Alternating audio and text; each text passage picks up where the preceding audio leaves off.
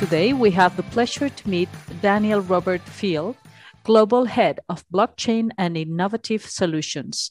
Daniel Field leads the global blockchain practice at the multinational technology provider UST.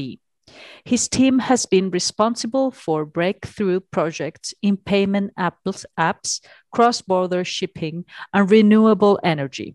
Following 10 years leading major research and development collaborations in areas such as cloud, Internet of Things, high-performance computers, and smart cities, he founded and led a blockchain practice within a major information technology services company before joining UST, where beyond blockchain, he also leads initiatives in process mining, embedded payments, and digital marketplaces.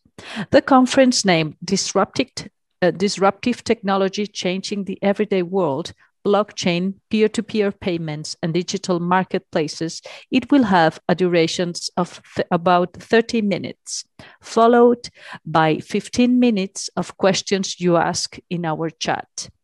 In this talk, Daniel gives his insight into what it's like working alongside the biggest brands to go where no one has gone before. He will go through some of the challenges and successes of bringing unproven ideas and technology to fruition. Why does he love it? How did he start, and how those entering first-time employment can join this exiting corner in the IT industry.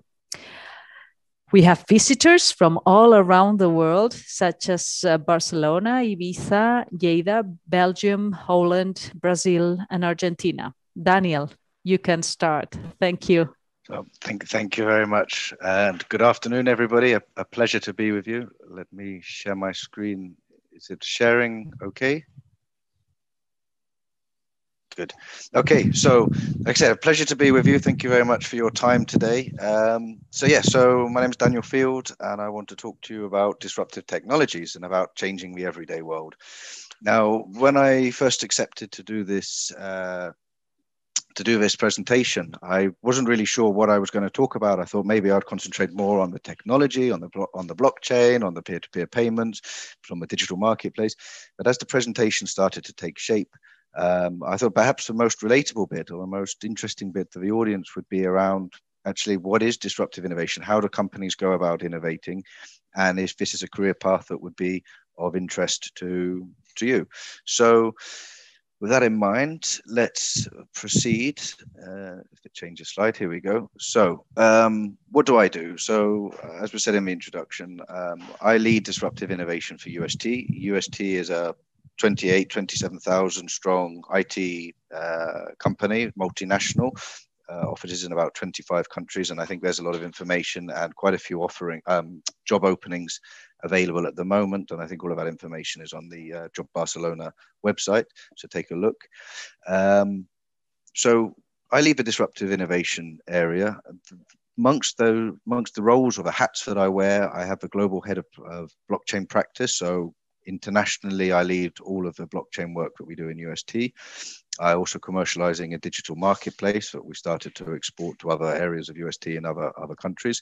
And I'm spearheading what we do in open banking, process mining, and to be honest, whatever comes next for UST. So these are always a changing scope, and new technologies come in that we start to take a look at. They start to become established. We have practices build up around them, and some of us move on to new things, and some of us specialize in delivering these technologies as they come to maturity. So that's what I do. But I want to just pick on a word here, which was disruption. Now, disruption gets thrown around by everybody these days. It's the academics, the technologists, the journalists, the economists. Everything's disruptive, right?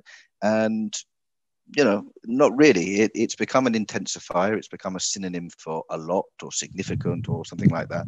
But actually, disruption has a specific meaning, and it's the same meaning in business as it is in daily life. Disruption, it's chaos, it's change, it's uncertainty. And so when we talk about innovation, there are kind of broadly three types of innovation. 90% of innovation is thinking about how we do what we do, right? And by far the biggest majority of that is continuous innovation or continuous improvement. This is basically doing the same thing, but slightly better to get a slightly better result. So it's slightly cheaper, or it's slightly faster, or it's slightly more comfortable, or whatever, right? That's continuous improvement. Then there's discrete innovation, which is where you do something quite significantly different to achieve the same end, right? So adopting a new practice, adopting a new technology, changing your processes, changing your organization. These are ways that you do discrete innovation, but you're effectively still trying to do the same thing or get to the same place. Now, disruptive innovation is really focusing on why we do what we do and changing the actual what a company does itself. So it's changing the business model, i.e. how a company makes money, or if it's not a commercial business, it changes the meaning or the raison d'etre of the organization, if it's a charity or it's a government organization or whatever. It could be about changes to the value chain. So this is changing who you buy from, who you sell to, who are your partners, changing your ecosystem, or changing the strategy. So changing what makes the organization good. All of these are disruptive innovation. Now, at this point, you might be thinking, well, hang on a minute, you called your presentation disruptive technology and you're head of disruptive technology. How can technology be disruptive if it's not about the technology, if it's not an innate property of a technology, but it's the way you apply it? And you'd be absolutely right. In truth, there is no such thing as disruptive technology. There can only be disruptive innovation, which is about how you apply the technology. That said, you could spend all day arguing about whether one thing is continuous or discrete or disruptive, and it depends on your frame of reference. So, just to be pragmatic, we settle on some definitions that work in our context. And technology that gets labeled as disruptive is technology which has high potential to be affecting business models, value chains, strategies, as opposed to just doing the same thing but better. And you can't really deny that that's a fact. If you look at the way that streaming has come along and has changed the media sector, and the way that companies like Blockbuster that were, dominant in the video rental years have now given way and gone extinct compared to the new companies that come along like Netflix, which are dominating the media that we live in that we live today. So that was a disruption to a value chain caused by a series of technologies, not just streaming, but also adoption of other technologies. So that's what I do at the moment. That's what I do at UST. And we'll be focusing most of this presentation on the right-hand side of this slide.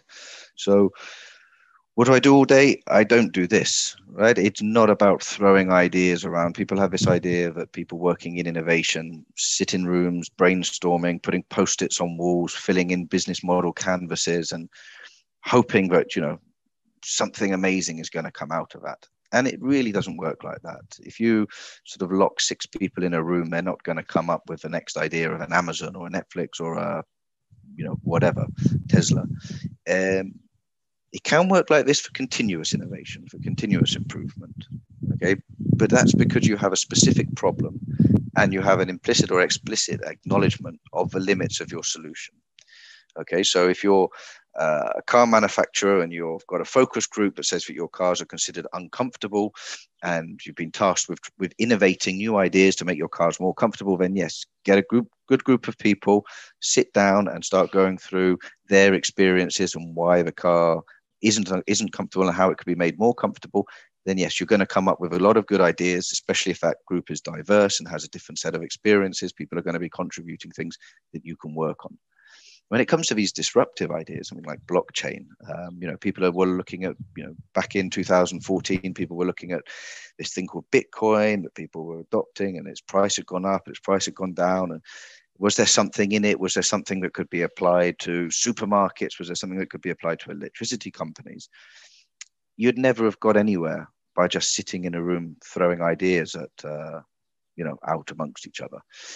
So these kind of exercises are the sprints, but for me, disruptive innovation is an endurance sport. It's about the long term. It's about preparation. And mainly because you have to be able to identify opportunity when you see it. That most opportunities are not exploited because no one realized that there was an opportunity. People, didn't acknowledge that there was a problem that needed to be solved because that was just the way it is. There's nothing that can be done about it, right? So, let's move on and do something else. And because it's not explicitly identified as a problem, then the technologists that were working on, oh, hang on a minute, this technology could do this and it could do that, never matched that to this problem, and those that did necessarily notice this was a problem that could somehow be fixed were at a loss to find any way of mending it, of solving the problem. And therefore they move on to next things and they just chart it off as that's the way it is. So, carry on with our lives. So if you want to have disruptive innovation, you've got to be able to identify these things when they come. And they come through chance. A chance conversation with someone, a chance meeting with someone who says that they're looking at this, and you say, I have just the solution for you, right? So how do you prepare to be able to identify these opportunities? And for me, it's about, as I said before, the solution space and the problem space matching. So it's about connecting the dots. Only the problem we have is that the dots aren't numbered. Okay, so you can't go from dot to dot to dot to draw your picture. And you don't know what that picture is going to look like. The only thing you can do is say, okay, right, I have some information, I have some context. Let me examine that in a bit more detail. And then let's see where I go next. That could lead me into regulation. That could lead me into financial transfers. That could lead me into food traceability. So you start going down different avenues and you start understanding what's going on at each of these different dots, if you like. And sometimes there's nothing to see, right? And you go back to the other dot that you were previously at and you dig a bit deeper and then you go somewhere else. And you build up bit by bit a picture of the context that you're working in, the context of the technology, the context of your clients, the context of industries, the context of sort of forces that are going on behind these that are causing certain behaviors, causing processes, causing costs, causing frictions in whatever sector you're working in. Now, I don't mean to say that the people that are working in this need to, are putting together every single bit of these solutions. It's not like that. Each one of these dots is, if you like, a series of jigsaw puzzle pieces that have been put together by different teams that are working, not coordinatedly. They're working across the world. There's some group of academics that have done a bit of work here. There's a startup that came across this idea here. There's an economist that has evaluated the cost structure of certain things. And all of these little snippets start to come together. And what we do in corporate innovation is try and join the dots between these fragments. Okay. So next sort of point on this is there's no boundaries in this. So you can't partition the context. You can't say, okay, this is the bit that I will look at, and then this is your department and you have to look at this. It doesn't work like that. The context is the context, and you have to understand wherever it is. And you can't partition your curiosity either. You can't say, oh, I'm an IT specialist, and therefore I'm not going to look into what the regulation says on this. Or I'm an engineering graduate. I couldn't possibly look into the basics of how a vaccine works or vaccine distribution works. That's nonsense. When you're exploring these ideas, you have to dig into lots of different fields, into lots of different scientific disciplines, if you like, not at all to understand everything or to know everything or to be an expert at applying anything. It's just about knowing enough so that you can build this bigger picture. And when you're ready, if it's relevant to what you're doing, then you can consult a specialist, or you can contract somebody, or you can do your research into very specific areas. So all of this is really bringing you to this point of convergence. And that's when you have these eureka moments or these big reveals that say, I think I'm onto something. I think this could be a really interesting thing to explore. I want to talk to this customer. I want to see if this is so and so. And that's when you move on to the next phase. And the next phase for me is really about communication, corroboration, and conviction. And it's about communication because you have to be able to distill really complex subjects with lots of nuance, lots of anecdotal information, lots of sort of theory and thought processes. You need to be able to distill that down to something that you can explain to different audiences, to be able to talk to someone in one industry and say, I'm thinking about this, and I had a feeling that this might work like this, and can you tell me more about this? And this is the reason I'm asking. And being able to communicate that clearly without getting bogged down into the detail or ahead of yourself in terms of a potential solution that you're building, not to get tunnel vision and say, this is the way that it's got to be. That's an essential part of the process, because what you're actually doing during that process is you're developing theories and you're testing them, and you take your theory to the next person, and then you adjust it, and then you go to the next person. Bit by bit by bit, you start drawing a conclusion of not just, okay, yes, I think this is an opportunity, I think this is a solution matching a problem, but this is actually how I could build a proposal out of this. This is how I could build something that which actually works, right?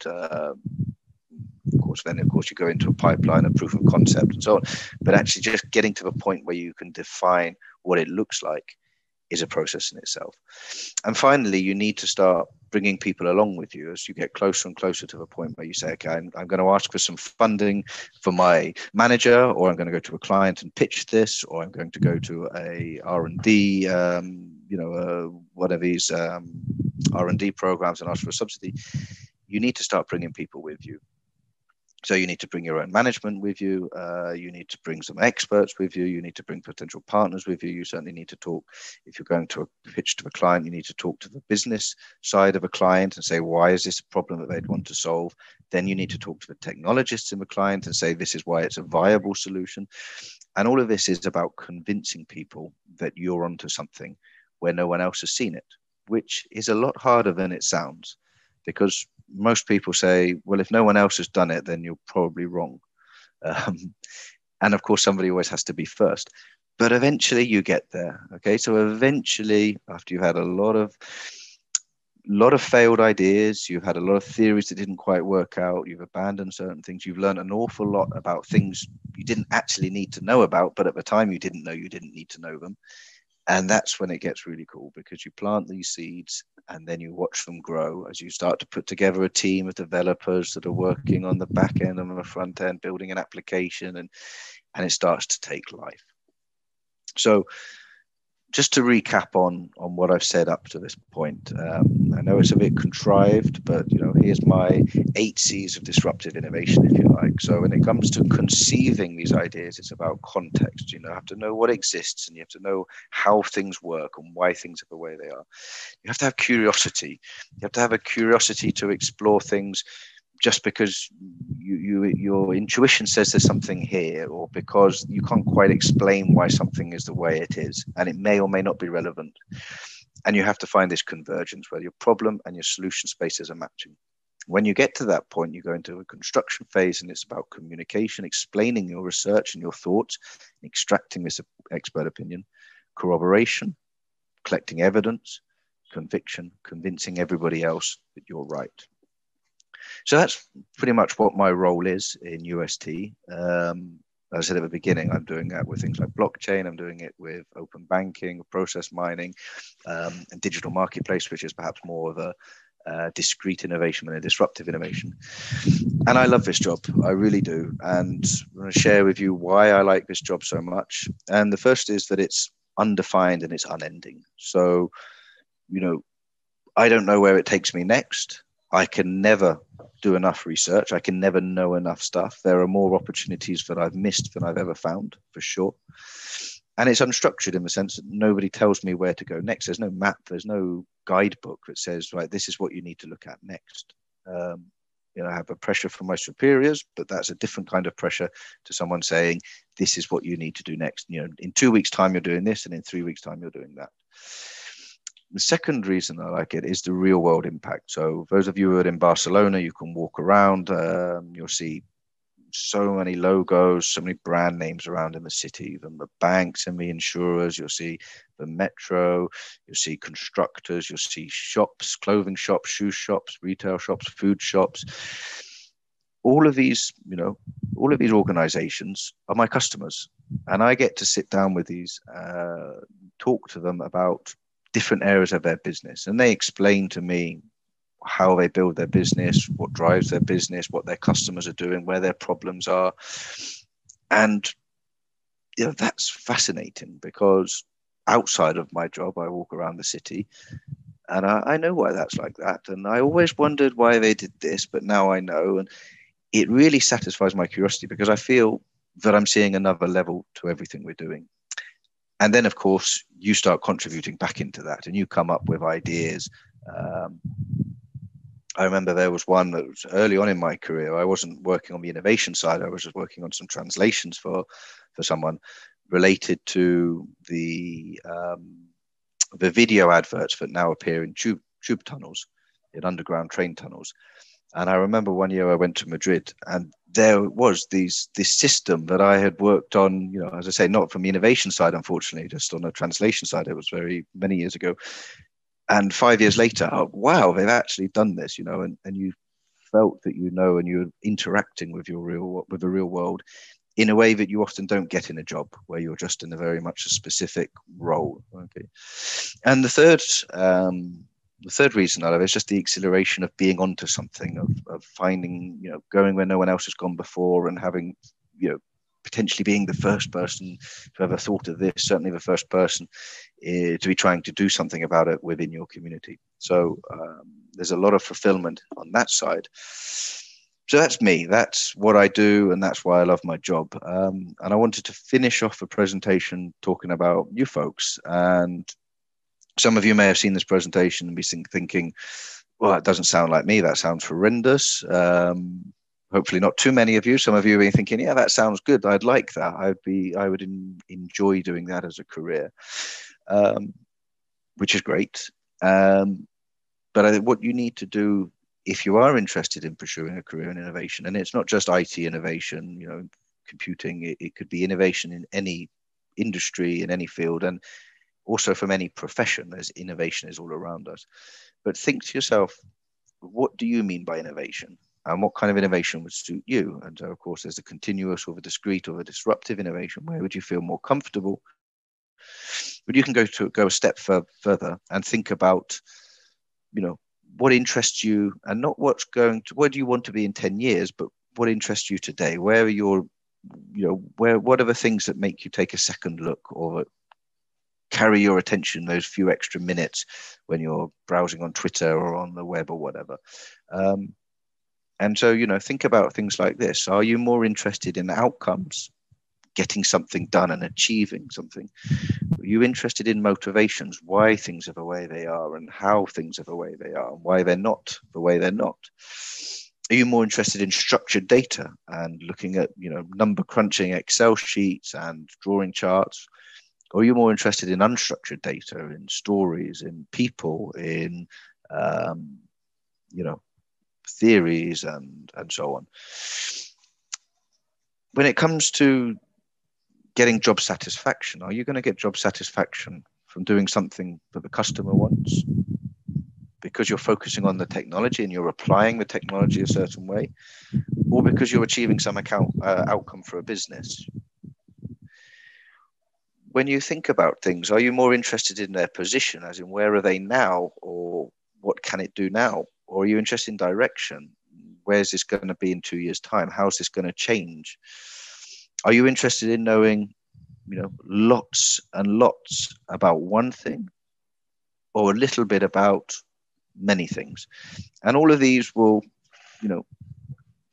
different for everybody, and they change over time. They certainly changed within me over my career and the different roles I've had.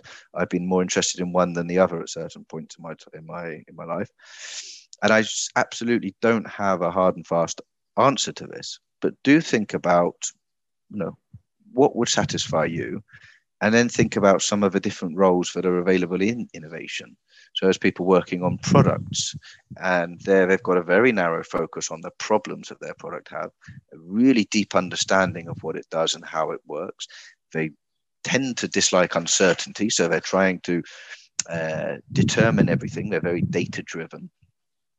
On the other hand, you find people like evangelists, they're focusing on the technology and where the technology could be in 5 years' time, and they're strong believers in the technology, and they go off and talk to companies and say, we've got to be doing something in this area because this is the next big thing.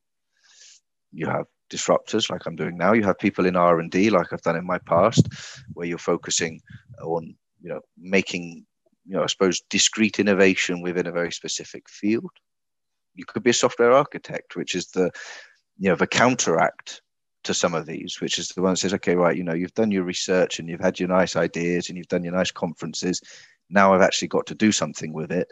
And these are the skeptics that say, well, show me it working first. How is it going to be compatible with this? How does it meet this standard? And all of these are roles that you find in innovation. And all of these are very suitable career paths for people that are interested in the future of technology. And with that, I think that's my last slide. So thank you very much for your attention. I don't know if I have any questions. Yes, we have one question here now, and another one coming. How long do you work to, I read what it says. How long do you work to develop the blockchain idea? That's great. Think different. This is what I got here. Okay. So the blockchain as a field obviously has had a sort of a period from, let's say, 2015 onwards. People have been looking at blockchain as something beyond Bitcoin. Until 2015, there were very few people that were sort of saying, well, actually, this could be applied outside of cryptocurrencies. Then there's sort of been a series of waves where people have said, well, okay, this could do certification, it could do traceability, it could do, so this would be great. So certification, well, that could do, academic qualifications, and traceability, that could do food. So there's sort of this little flurry where people say, well, okay, if you could do traceability of food, well, which kind of food industries would be disrupted by that? UST, for Excuse example. me, Daniel, could you close your last slide, yes, so people can see you in full screen? Yes, of course. If I stop sharing. Yeah, please. Okay, is that better? Perfect. Thank you. Much better. Okay. So people were saying, well, okay, well, we could do food traceability. UST did some food tracing with one of the biggest retailers in the world in the US around that time. And then we started saying, well, actually, where does that have a value? And a lot of the food traceability that came out of blockchain, well, it said, well, there's value to be had where you're selling something specific. If it's organic or it's kosher or it's halal or it's something that people are going to pay a premium for, then yes, it can make sense to trace it in the blockchain. If it's something that's more standard, then perhaps not. Okay. And then you start thinking, well, actually, is there some other layers onto this? So then we had a talk with some banks, and the banks were saying, well, actually, we are lending money to farmers on the basis that they're investing in these type of sustainability and organic and so on methods. And if they fail to actually meet the standards, then they'll go out of business, and we're going to lose all our investment, all this money that we've lent them. So it was actually, in some cases, became not about food traceability and what's the added benefit for us in the supermarket that can then say, well, this chicken has come from his farm, but actually from someone who'd lent them the money to be able to say, well, my investment is guaranteed. And so that's a process that could take 2 or 3 years, or it could be very short. It's a question of which bits of context had you got at which point, and when was the little spark of that conversation where someone said, well, something, that it's a big issue for the banks of companies that take money and then don't actually, and so on and so forth. And that's, it's gearing up to that. So short answer is it's very dependable.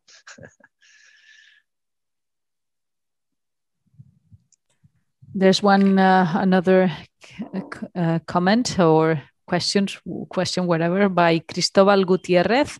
He says, I'm interested to start a process in UST, but I am a commercial player, not much about knowing IT. I just apply because if you want to be different and distinguished, you need to be disruptive. This is what... I couldn't agree more. So I never studied IT. I never learned to program. I played around with computers when I was a kid and then forgot all about them. And I studied chemistry and then I studied business. And my first job was working in a pharmaceutical company.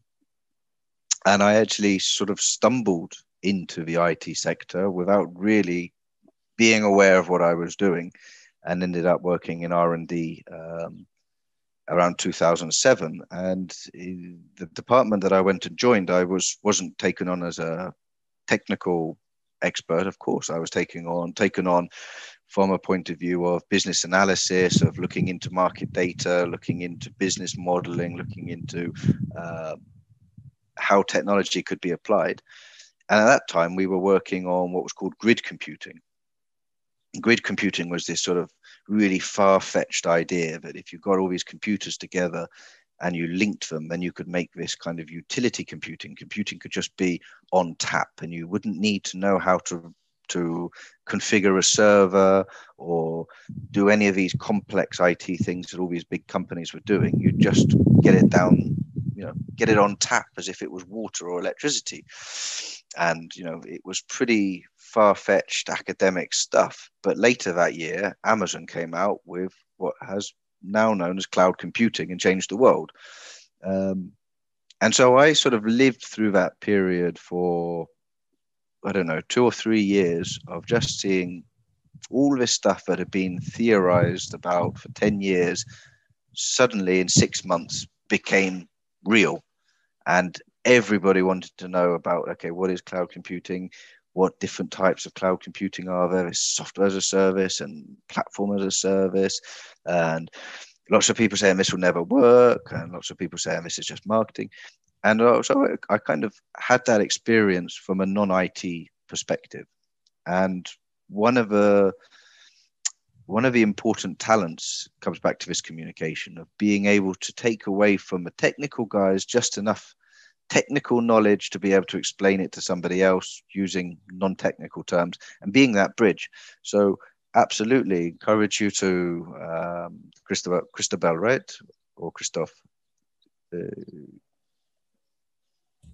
Cristobal. So Gutierrez. So, well, thank you for applying. Absolutely encourage that. I think that, yes, multidisciplinary approach, very needed. And yeah, good luck with the application. And also, I want to commend to our audience that in Job in Planet, you have many open positions like Azure Sentinel, SIM expert, QRadar SIM expert, system infrastructure engineer, product manager. I mean, lots of positions. So you're looking to open some offices in Spain, or just people working at their home? So UST currently has 2,000 employees, I believe, in Spain. We've got a headquarters in Madrid. We've got an office in Barcelona. About a year ago, we bought part of Nexia, which was a IT consultancy and cybersecurity company. So we bought their cybersecurity department. So I think there was about 100 people located in Barcelona that moved into UST with that purchase. We've got offices in Seville. We have people working from home, from Avila, from various other parts of Spain. And then we have people working abroad. For Spain office also runs offices in Romania, in Poland, in Berlin. And then we have our colleagues in the UK and Singapore and Australia and so on. So yeah, there's a lot of movement going on. We've had a lot of job openings in the last 2 years. I think over the last 3 years, we've onboarded a fantastic amount of people, something on the average of 1 or 2 a week. And it's just this big growth in the company. So if it wasn't for the pandemic, I don't know where we would be today, but we have been growing even despite the pandemic, because we do things slightly differently. As I don't want to talk ill of the competition at all, but certainly the UST focus has been, look, let's have less customers, but let's do better by each customer. Let's take a bigger interest in their business and on why they do things, and not just stack them high and sell it cheap and, have this race to the bottom, which was kind of inspired by a lot of the BPO. So for people who don't know, going back 10, 15, 20 years ago, there was this big change in the IT market where companies started saying, well, actually, I can recruit people, particularly in India, but also in other offshore locations, pay them significantly less than is being paid in European wages or in American wages, and we'll just outsource all of the work to those teams. And so there was this big drive where a lot of companies were, basically trying to offshore as much IT jobs through consultancies as they could. And that's had some impact on the market. And it's now coming back full circle where companies like UST that say, actually, no, look, we are trying to build solid value propositions with experts on the ground and the nearshore that are part and parcel of the success of your business and not just coding away for you. And the clients are receiving that, and the clients are saying that's actually just what we need, especially as we've seen the commoditization of things like, the whole cloud issue. Back 15 years ago, there wasn't Salesforce that you just had a software as a service, and it's the same Salesforce for pretty much everybody. It was all bespoke systems. And as we go more and more into just adopting these commoditized cloud-based systems, there's less and less need for just coding away and much more need for sort of strategic, business savvy technologists that are saying, well, actually, how do you get better data insights into your customers? How do you get your customers to be more engaged with you? Not just, in Twitter or Facebook, but how do you actually engage as a business and say, I feel some brand loyalty, or I feel identified with this customer, with this provider, whether that's an insurer or a bank or a supermarket. They're all looking at ways to, engage at a new level. Mm-hmm. So, okay. So all these positions is to work for the Spanish market or Europe? I believe that human resources are taking care of that. I think they're mostly the Spanish market, but I think there may be some for the other geographies that we manage from Spain. But if people are in other geographies and don't see something there, then they could take a look at the UST website or get in touch with our human resources people that are at the sort of a virtual stand during the event and talk to them. Okay. Do you have now a space to say whatever? We do have no more questions. So, Daniel, if you want to say anything else. No, I don't think so. I think that I hope that it was useful. I hope that it was interesting, and I hope to see you all in UST fairly soon. Yes, we invite you, all of our audience which is interested in UST, that you apply. You can also visit our web page. So you will have all the open positions in Job in Planet. And also, if you want to check the UST web page, which is UST.com is certainly the corporate one, but let me just check the Spanish one, because now you're catching me out. UST.es, I suspect, but now I'm just checking. Anyway, UST.com/es. Okay. So thanks a lot. Very interesting, very new things and new technology that we are right now into it. So thank you. Thank you very much. Bye. Take care. Goodbye. Take care. Bye.